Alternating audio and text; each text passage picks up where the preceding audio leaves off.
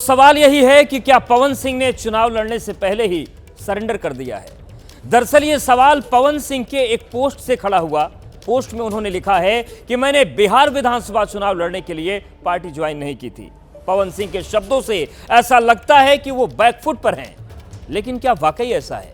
इस सवाल का जवाब जानने के लिए हमारी ये रिपोर्ट देखिए। और इसी घर में जहर खा के मरूंगी मैं, इस घर से लाश जाएगा मेरा। महिला के हर बात पे आंसू गिर जाता है, मर्द का दर्द नहीं दिखता है। बहुत सारी चीजें ऐसी हैं कोई पत्नी नहीं बर्दाश्त करेगी। ज्योति जी, विधायिका बनने के लिए आप इतना हद तक गिर सकती हैं। सिर्फ 12 दिनों के भीतर पवन सिंह बिहार को बनाने वाले बेटे से पार्टी के सच्चे सिपाही तक शिफ्ट हो गए। 30 सितंबर को पवन सिंह ने बीजेपी में एंट्री मारी थी। बीजेपी का दामन थामने के साथ ये तस्वीरें शेयर करते हुए उन्होंने एक पोस्ट लिखा था।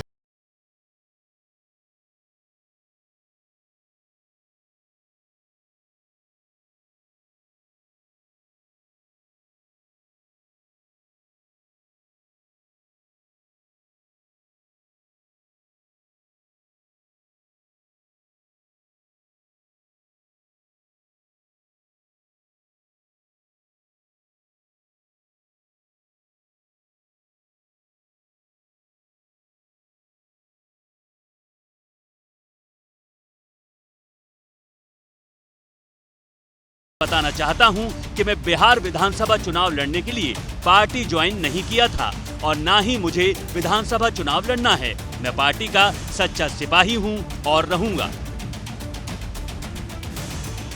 अब सवाल यह है कि एक तरफ पवन सिंह के आरा से चुनावी मैदान में उतरने की अटकलें लग रही है, लेकिन इस बीच उनके जोश और जज्बे में ये परिवर्तन कैसे आया? क्या पवन सिंह पत्नी ज्योति सिंह के आरोपों की वजह से बैकफुट पर है, या फिर ज्योति सिंह के चुनाव लड़ने की अटकलों की वजह से पवन सिंह चुनावी मैदान से पीछे हट रहे हैं, या फिर निजी विवादों की वजह से पार्टी उन पर किसी तरह का दबाव तो नहीं डाल रही?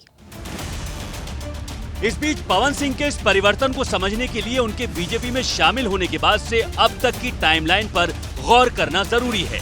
पवन सिंह का ये पोस्ट करवा चौथ के अगले दिन सामने आया है। पत्नी होने के नाते अपना कर्तव्य निभाती रहूंगी, पर भगवान से बस यही दुआ है मेरी जैसी अभागन कोई और न बने। सभी माताओं एवं बहनों को करवा चौथ की हार्दिक शुभकामनाएं। पवन सिंह के खिलाफ उनकी पत्नी ज्योति सिंह लगातार एक्टिव हैं। पवन सिंह के बीजेपी में जाने के बाद से उनकी सक्रियता और बढ़ गई है। 5 अक्टूबर को ज्योति सिंह लखनऊ में पवन सिंह के आवास पर पहुंची थी। वहां उन्होंने रोते हुए पवन सिंह के खिलाफ कई आरोप लगाए थे और सुसाइड करने की धमकी दी थी। ये दिन दिखने के लिए आई थी। अब अगर आप लोग अभी भी इंसाफ नहीं करेंगे तो आप लोगों से कोई उम्मीद नहीं है। और इसी घर में जहर खा के मरूंगी मैं, इस घर से लाश जाएगा मेरा। ये लास्ट बार मैं कह के जा रही हूँ। लखनऊ के हाई वोल्टेज ड्रामा के बाद दोनों के बीच सोशल मीडिया पर जमकर जुबानी जंग हुई। एक दूसरे के खिलाफ पोस्ट लिखकर हमला किया। विवाद बढ़ता देख 8 अक्टूबर को पहले पवन सिंह ने ज्योति सिंह के आरोपों पर प्रेस कॉन्फ्रेंस की। पवन सिंह की प्रेस कॉन्फ्रेंस के कुछ घंटे बाद ज्योति सिंह ने भी जवाब दिया। ज्योति जी के पिताजी राम बाबू सिंह जी लखनऊ आते हैं।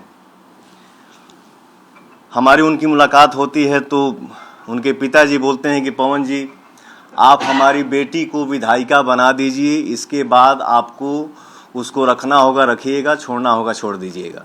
मैंने बोला पिताजी, ये हमारे बस की बात नहीं है।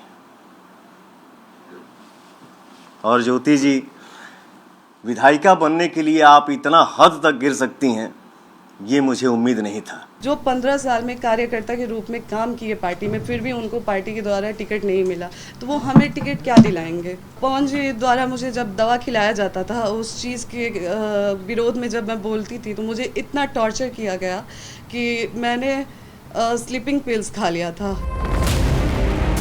पोस्ट और प्रेस कॉन्फ्रेंस के बाद पवन सिंह और ज्योति सिंह के निजी विवाद में चुनावी राजनीति की एंट्री हुई। इसके बाद 2 दिन तक दोनों के बीच सीज फायर रहा। एक दिन पहले 10 अक्टूबर को अचानक ज्योति सिंह जनसुराज पार्टी के संस्थापक प्रशांत किशोर से जाकर मिली। ज्योति सिंह और प्रशांत किशोर की मुलाकात से सियासी गलियारों में हलचल बढ़ गई। अटकलें लगाई जाने लगी, क्या ज्योति सिंह जनसुराज पार्टी के टिकट पर बिहार का चुनाव लड़ेंगी?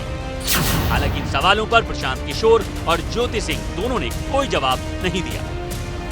नहीं, मैं यहाँ पे चुनाव की कोई बात ही नहीं है, यहाँ पे चुनाव को लेके कोई बात नहीं हुई है और न ही टिकट की कोई बात हुई है। मैं बस उन तमाम महिलाओं के लिए यहाँ पे आई हूँ जिसके साथ मेरे साथ अन्याय हो रहा है, तो वो उसी चीजों से जो जूझ रही है महिलाएं, मैं बस उसके लिए आई हूँ। सबसे पहले तो इन्होंने चुनाव लड़ने की कोई बात नहीं करी है।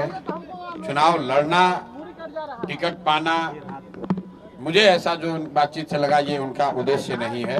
ये बातचीत इन्होंने बस इतनी रखी है कि इनके साथ, इनके शब्दों में, क्योंकि मैं तो जानता नहीं हूँ, हम लोग कोई कोर्ट न्यायालय तो है नहीं, लेकिन इनको जो लग रहा है कि इनके साथ बहुत बड़ा अन्याय हो रहा है, उसमें ये चाहती हैं कि इनके साथ जो हुआ वो कम से कम बिहार की दूसरी महिलाओं के साथ न हो।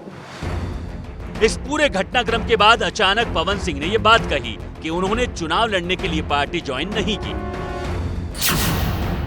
हालांकि पवन सिंह के विरोधी इसे उनके पारिवारिक विवाद से जोड़कर देख रहे हैं और बीजेपी उनका बचाव कर रही है।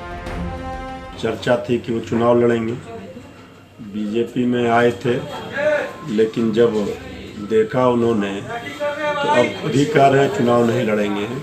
उनको ये पता है कि बीजेपी का सुपड़ा साफ होगा इस सरकार का, तो वो अपना भलाई देखकर निर्णय को वापस ले रहे होंगे। भाई पवन सिंह भारतीय जनता पार्टी से जुड़े हुए हैं, भारतीय जनता पार्टी के समर्पित कार्यकर्ता रहे हैं, तो समर्पित कार्यकर्ताओं को कोई चुनाव लड़ने से ही समर्पित कार्यकर्ता नहीं हो जाता है, उसकी अपनी भूमिका होती है। तो भूमिका अपनी, पवन सिंह अपनी भूमिका चुनाव में निभाएंगे एनडीए के प्रति, भारतीय जनता पार्टी के प्रति, क्या दिक्कत है?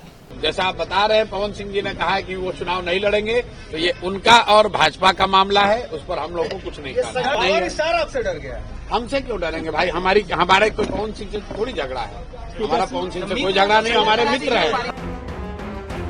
पवन सिंह के विरोधी ये भी आरोप लगा रहे हैं कि महिला वोटों के नुकसान के डर से पवन सिंह का टिकट खतरे में पड़ गया है, इसलिए उनके तेवर ढीले पड़ गए हैं। फिलहाल पवन सिंह जिस तरह म्यूजिक इंडस्ट्री में अक्सर विवाद के चलते सुर्खियां बटोरते रहे हैं, इसी तरह वो बिहार चुनाव के बीच पत्नी के आरोपों और अपने पोस्ट से एक बार फिर सियासी गलियारों में चर्चा का विषय बन गए हैं।